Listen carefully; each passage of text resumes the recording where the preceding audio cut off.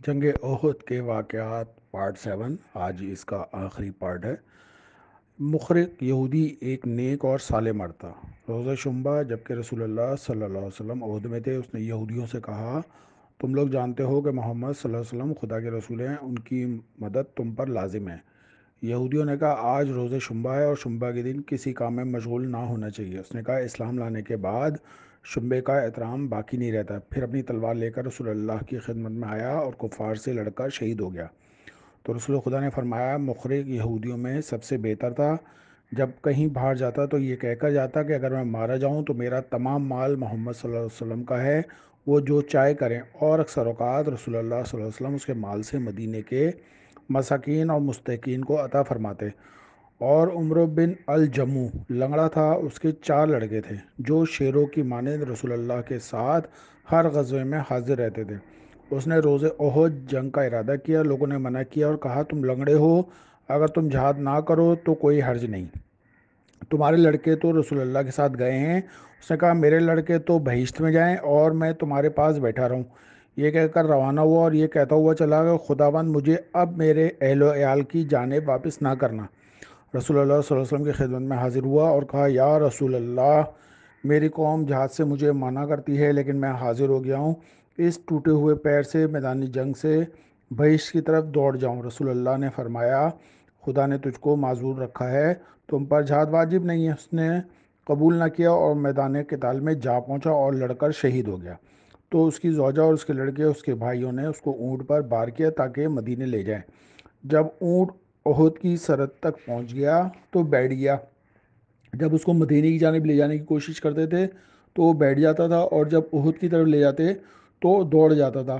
آخر اس کی زوجہ رسول اللہ کی خدمت میں آئی اور واقعہ عرض کیا۔ رسول اللہ نے فرمایا، یہ اونٹ خدا کی جانب سے معمور ہے ایسا کرنے میں، کیا اس نے گھر سے آتے وقت کچھ کہا تھا؟ ان لوگوں نے کہا، ہاں۔ جب وہ احد کی جانب روانہ ہوا تو قبلے کی طرف رخ کر کے کہا، خداوند مجھے میرے اہل و عیال کی طرف واپس نہ کرنا اور مجھے شہادت نصیب کرنا۔ رسول اللہ صلی اللہ علیہ وسلم نے فرمایا، اسی سبب سے اونٹ ادھر سے نہیں جاتا۔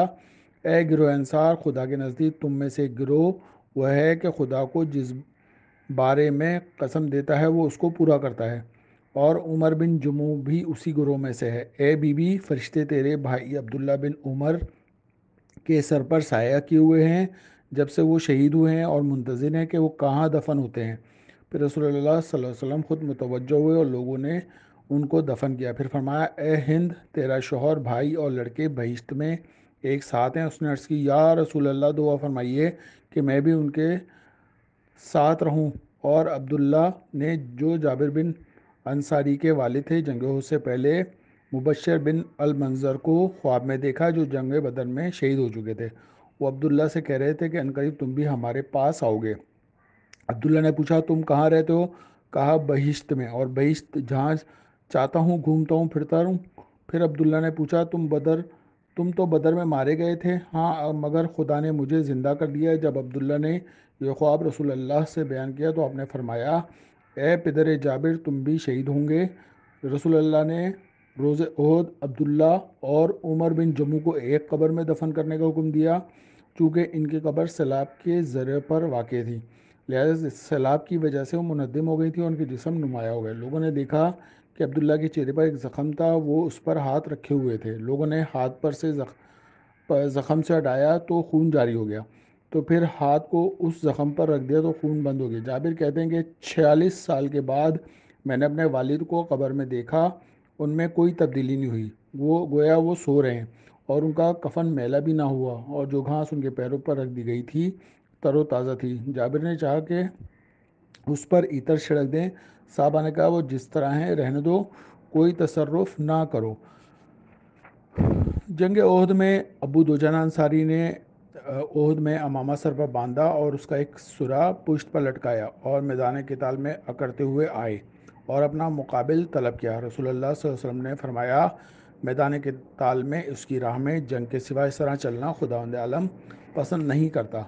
جنگ عہد میں جو ہے وہ جو شہید ہوئے افراد وہ مسلمانوں کے 70 ہوئے، اور بعض کہتے ہیں 81 تھے، جن میں 71 جو تھے انصار تھے۔ اور مشرکین کے بارے میں مشہور ہے کہ ان کے 28 مقتولین جو ہیں وہ قتل ہوئے تھے۔ ایک روز رسول اللہ صلی اللہ علیہ وسلم عمر بن العاص عقبہ بن ابی معیط کی طرف سے گزرے، جو ایک باغ میں ڈیش پی رہے تھے اور چند اشعار گا رہے تھے جو رسول خدا جو حضرت حمزہ اور شیر خدا کے قتل پر تان اور طنز کر رہے تھے۔ رسول خدا یہ سن کر بہت غمگین ہوئے، فرمایا خداوند ان پر لعنت کر اور ان کو اپنے عذاب میں مبتلا کر اور جہنم میں داخل کر۔ رسول اللہ صلی اللہ علیہ وسلم نے روز فتح مکہ فرسا اور سارہ دونوں بدکار عورتوں کو قتل کرنے کا حکم دیا جو رسول اللہ کی ہجو گایا کرتی تھی اور جنگ احد میں رسول اللہ کے قتل کی ترغیب اور تحریض کرتی تھی۔ جاننا چاہیے کہ اور مشہور ہے کہ وحشی جو قاتل جناب حمزہ تھا وہ مسلمان ہو گیا تھا اور توبہ کر لی تھی۔ رسول اللہ نے اس کی توبہ قبول فرمائی تھی اور فرمایا میرے سامنے کبھی مت آنا۔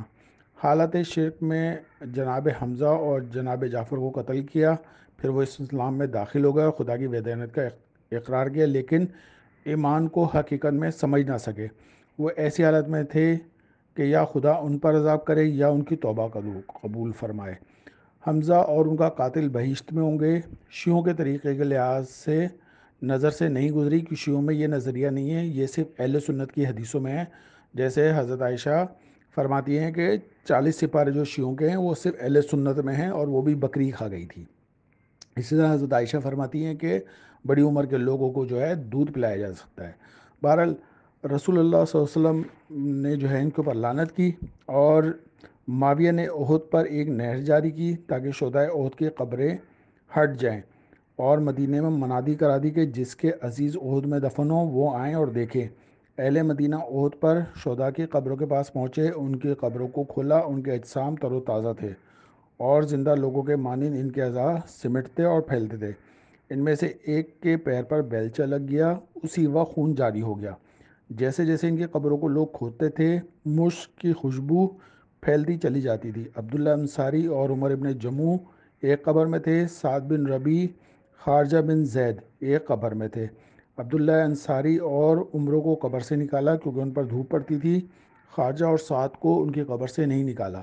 جب معاویہ نے یہ امر قبیح عمل میں لایا اور کوئی معنی نہ ہوا تو ابو سعید خدری نے کہا اب اس کے بعد کسی برائی سے لوگ انکار نہ کریں گے۔ اللہم صلی علی محمد و آل محمد۔